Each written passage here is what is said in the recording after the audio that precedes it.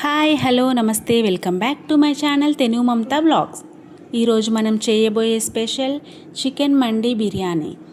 Restaurant స్టైల్లో ఎమ్మీ టేస్ట్తో ఎంత బాగా చేసుకోవచ్చో ఇప్పుడు నేను మీకు చూపిస్తాను. మండి ప్రాసెస్ అంటే చాలా కష్టమని అనుకుంటారు, కానీ చాలా ఈజీగా చేసుకోవచ్చండి. ఇప్పుడు ఈ ప్రాసెస్ ఏంటో ఇప్పుడు మనం చూద్దాం. ముందుగా స్టవ్ పైన ఒక ప్యాన్ పెట్టి దాంట్లో ధనియాలు, జీలకర్ర, అంటే ఇది మండి మసాలా కోసం. ఈ మసాలాతోనే మనకు మండి టేస్ట్ అనేది వస్తుంది. ప్యాన్లో కొన్ని ధనియాలు, జీలకర్ర, మనం బిర్యానీ మసాలా ఉంటుంది కదా, దాల్చిన చెక్క, ఇలాచి, లవంగ, అవన్నీ, దాంతోపాటు మిరియాలు, సోంపు కూడా వేయించి పక్కన పెట్టుకోవాలి. ఇది చల్లారాక మెత్తటి పొడిలాగా చేసుకోవాలి. దాంట్లోంచి ఒక 2 స్పూన్స్ ఆఫ్ పొడి తీసి పక్కన పెట్టుకోవాలి. ఇది తర్వాత మనకు యూజ్ అవుతుంది. ఇప్పుడు ఆ పొడిలోనే 3 స్పూన్స్ వరకు కారం వేసుకోవాలి. నేను ఒక 2 kgs వరకు చికెన్ తీసుకున్నాను. దానికి 3 స్పూన్స్ కారం, తగినంత సాల్ట్, అల్లం వెల్లుల్లి పేస్ట్ కొంచెం ఎక్కువగా ఉన్నా పర్లేదు.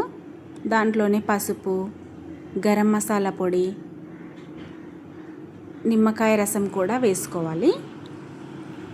ఇది వేసుకొని మంచిగా కలిపేసుకోవాలి. ఇది పొడి అంతా కలిపిన తర్వాత దీంట్లోనే ఆయిల్ వేసుకోవాలి. ఆయిల్ వేసి మంచి ముద్దలాగా కలిపాలి. ఇవి కలిపి పక్కన పెట్టేసుకోవాలి. మనం చికెన్ పీస్లను పెద్దవిగా తీసుకోవాలి. మండికి మనకు పెద్దగానే ఉండాలి కాబట్టి పెద్ద పీసెస్ తీసుకోవాలి. ఆ పీసెస్ తీసుకొని మధ్యలోకి ఘాటు పెట్టుకోవాలి. ఇలా ఆ ఘాటు పెట్టుకోవడం ఎందుకంటే మనం మసాలా అనేది దాంట్లో పెట్టేసుకుంటే మనకు ఫ్రై అయినప్పుడు మసాలా మొత్తం ముక్క లోపలికి మంచిగా వెళ్తుందన్నమాట. ఇలా అన్ని పీసెస్కి పెట్టేసుకొని ఒక 1/2 అవర్ నుండి 1 అవర్ వరకు తీసి పక్కన పెట్టేసుకోవాలి. ఇది పెట్టిన తర్వాత దీంట్లో కొద్దిగా లాస్ట్కు కొంచెం మసాలా ఉంచాలి. ఇది కూడా మనకు తర్వాత యూజ్ అవుతుంది. తర్వాత స్టవ్ పైన ప్యాన్ పెట్టి దాంట్లో కొద్దిగా నెయ్యి, జీడిపప్పు, బాదాం, కిస్మిస్ వేసి వేయించి పక్కన పెట్టేసుకోవాలి. మనకు పర్ఫెక్ట్గా అన్నీ తీసుకుంటేనే మండి టేస్ట్ అనేది వస్తుంది. ఏది స్కిప్ చేయకుండా అన్నీ కంప్లీట్గా తీసుకోండి మీరు. ఇవన్నీ వేయించి పక్కన పెట్టేసుకోవాలి. తర్వాత స్టవ్ పైన ఒక కడాయి పెట్టి ఆయిల్ వేసి, మనం డీప్ ఫ్రైకి సరిపడా ఆయిల్ వేయనవసరం లేదు, నార్మల్గా వేసుకుంటే సరిపోతుంది. ఆయిల్ కొంచెం హీట్ అయ్యాక ఈ పీసెస్ని అందులో వేసుకోవాలి. మంచిగా 2 సైడ్స్ బ్రౌనిష్ కలర్ వచ్చేంత వరకు వేయించుకోవాలి. మనకి ఇవి ఫ్రై అవుతుంటేనే స్మెల్ మాత్రం మండి స్మెల్ అనేది వచ్చేస్తుంది మనకు. ఇవి మంచిగా బ్రౌనిష్ కలర్ వచ్చేంత వరకు వేయించుకోవాలి. ఇవి ఇక్కడ ఫ్రై అవుతూ ఉంటాయి. తర్వాత మనం మండి బిర్యానీ ఎందులో చేయాలనుకుంటున్నామో ఆ ప్యాన్ స్టవ్ పైన పెట్టి మరొక స్టవ్ పైన పెట్టి దాంట్లో కొద్దిగా నెయ్యి, కొద్దిగా ఆయిల్ వేసి బిర్యానీ మసాలా మొత్తం కంప్లీట్గా వేసుకోవాలి. ఇందులో దాల్చిన చెక్క, ఇలాచి, జాజికాయ, జాపత్రి ఇవన్నీ వేసుకోవాలన్నమాట. ఇవన్నీ కొద్దిగా ఫ్రై అయ్యాక దాంట్లోనే మనం పొడవుగా కట్ చేసుకున్న ఆనియన్స్, పచ్చిమిర్చి, కరివేపాకు ఇవి కూడా వేసుకోవాలి. ఇవి కూడా మనకు మంచిగా ఫ్రై అవ్వాలి. ఇవి ఇక్కడ ఫ్రై అవుతూ ఉంటాయి. ఒకసారి చూడండి ఎంత మంచి కలర్ వచ్చాయి పీసెస్ మాత్రం. మనకు మసాలా కూడా లోపలి వరకు వెళ్తుంది, ఘాట్లు పెట్టాం కదా దానివల్ల.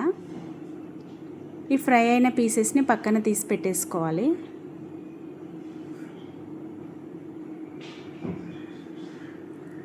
మంచి క్రంచీగా ఉన్నాయి పీసెస్ మాత్రం. ఓకే, ఇప్పుడు ఆనియన్స్ మనకు ఫ్రై అయిపోయాయి కాబట్టి ఇప్పుడు దీంట్లోనే మనం ఇందాక పొడి ఒక 2 స్పూన్స్ వరకు పక్కన తీసి పెట్టుకున్నాం కదా, ఆ పొడి అండ్ పీసెస్కి పెట్టాం కదా ఆ పేస్ట్ అదంతా ఇప్పుడు దీంట్లో వేసేసుకోవాలి. ఆ మిగిలినది మనకు రైస్ కూడా మంచి టేస్ట్ వస్తుందన్నమాట ఇవి దీంట్లో వేస్తే. ఇప్పుడు దీంట్లోనే కొద్దిగా అల్లం వెల్లుల్లి పేస్ట్, కొద్దిగా కారం, పసుపు, ఉప్పు ఇవన్నీ వేసి బాగా కలపాలి. ఇప్పుడు మనం రైస్ ఎంత తీసుకుంటున్నామో దాన్ని బట్టి మనము వాటర్ తీసుకోవాలండి. మనం 1 గ్లాస్ ఆఫ్ బాస్మతి రైస్ తీసుకుంటే 2 గ్లాసుల వరకు వాటర్ వేసుకోవాలి. అలా మీరు దేంతో తీసుకుంటే దానికి డబల్ వాటర్ వేయాలి. బాస్మతి రైస్కి కొద్దిగా ఎక్కువగానే ఉండాలి. నార్మల్ రైస్ అయితే 1 గ్లాస్కి 1.5 అయితే సరిపోతుంది. ఫ్రై పీసెస్ చూడండి ఎంత బాగా ఫ్రై అయ్యాయో. కలర్ కూడా చాలా బాగా వచ్చింది. లోపల వరకు మంచిగా ఉడికింది ముక్క. బాస్మతి రైస్ కూడా మంచిగా శుభ్రంగా కడిగి పెట్టేసుకోవాలి. కడిగిన దాన్ని ఇప్పుడు మనకి వాటర్ కూడా మరిగింది కదా, ఇప్పుడు దాంట్లో ఈ బాస్మతి రైస్ని వేసేసేయాలి. ఇది మొత్తం వేసిన తర్వాత బాగా కలిపి మూత పెట్టాలి. మూత పెట్టి మనకి మంచిగా ఉడకాలన్నమాట. ఇది ఒక్కసారి చూడండి, మనకు ఒక 20 మినిట్స్ వరకు ఇది మంచిగా ఉడికిపోతుంది.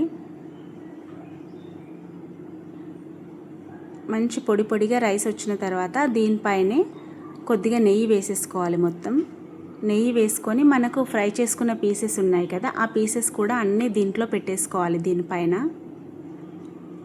రైస్ అనేది మనకు చప్పగా కూడా ఏమి ఉండదండి టేస్ట్ లేకుండా, ఎందుకంటే మనం అంతా మసాలా వేసాము, ఉప్పు కారం అన్నీ వేసాం కాబట్టి టేస్ట్ చాలా బాగుంటుంది. ఓన్లీ రైస్ కూడా మనం పొడి చేసుకున్న పొడి వేసాం కదా, అది చాలా బాగుంటుంది టేస్ట్. దీనిపైనే గార్నిష్ కోసం ఇంకా జీడిపప్పు, బాదం, కిస్మిస్ కూడా వేయించి పెట్టుకున్నాం కదా, అవి కూడా అన్నీ వేసేసి గార్నిష్ చేసుకోవాలి. చాలా ఈజీ ప్రాసెస్ అండి, ఖచ్చితంగా ట్రై చేయండి. టేస్ట్ మాత్రం చాలా అంటే చాలా బాగుంటుంది. ఓకే, వీడియో నచ్చితే లైక్ చేయండి, షేర్ చేయండి, కామెంట్ చేయండి. సబ్స్క్రైబ్ చేసుకోవడం మాత్రం మర్చిపోవద్దు. Please subscribe my channel. Okay then bye.